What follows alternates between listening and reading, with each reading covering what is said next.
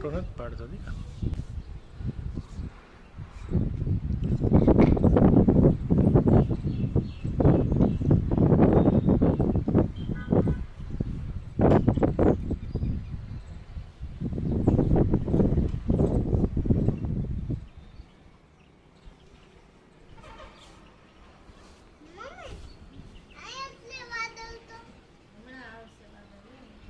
બહુ મજા આવી.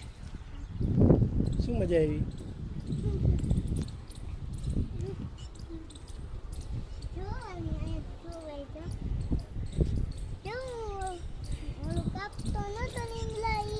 છે ને હાલો આ બાજુ આવતો.